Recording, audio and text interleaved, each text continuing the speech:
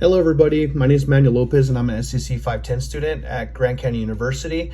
I'm going to be discussing my two expectations in the classroom, followed by how setting the stage help create a culture in the community in the classroom, also followed by challenges faced when creating the classroom as a community, as well as specific strategies to establish discipline, rewards in the classroom, and how to use technology to promote community and authentic learning experiences.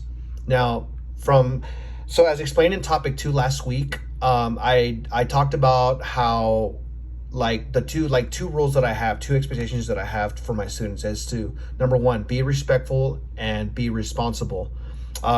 Being respectful meaning like using kind words, and being honest with yourself, friends and adults such as teachers and adults. According to Kids Helpline written in 2021, respect means that you accept somebody for who they are, even when different from you or you don't agree with them. Being responsible, meaning following rules and classroom rules, being accountable for the choices that you make. This is something very important, and you should also introduce this at the very beginning of class, at the very beginning of the school year in fall. Now, the second part is how setting the stage can help create a culture of community in class.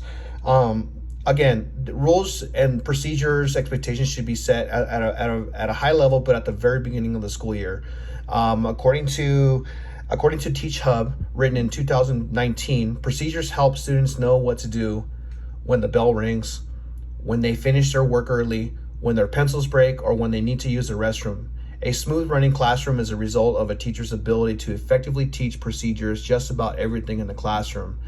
When this is done appropriately, when they are following all the guidelines, the rules, expectations, and everything else, this is the indication that you have a really, really close bond between you and your students. The third thing I want to talk about is the challenges faced when creating a classroom as a community. Now, in short, I'm actually a proud supporter of technology.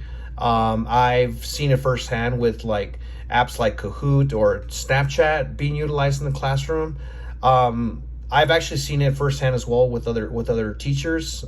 This actually works very well. So as you know, Kahoot is like a gaming system. It's a competitive gaming system where students compete with each other and also against the teacher, using their cell phone devices, just answering questions, and the person who has the highest score wins. Also Snapchat. So in short, Snapchat is very engaging as well. Again, I am a supporter of technology in the classroom. It's very engaging, it's just not boring for anybody from K through 12. The next thing I want to talk about is specific strategies to establish discipline, rewards, and consequences in the classroom. Again, it's very important to introduce this in the very beginning of class and in the school year, and also it's important to build bonds with your students, to build relationship with your students. Let them know, hey, if you're not following directions, if you're not following the rules, if you're not doing what I expect them to do, then guess what?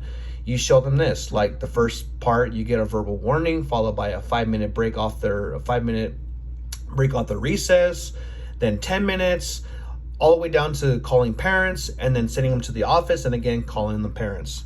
This is something you really, really want to emphasize to your kids. So that's pretty much that. And last thing is that I want to talk about is how to use technology to promote community and authentic learning experiences. I found this one really cool because I know that technology today is the future. So I found this on sectv.org.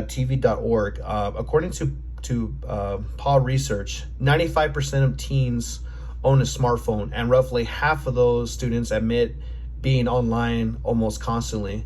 It is becoming an extension of their life. Extension of their self. So, because students today rely heavily on technology, it is important for teachers to understand and support the use of technology, despite some differences, but including cell phones. I'm sorry, but I think cell phones is a great tool if utilized appropriately. Technology not only promotes a healthy student engagement, but the learning process increases their attention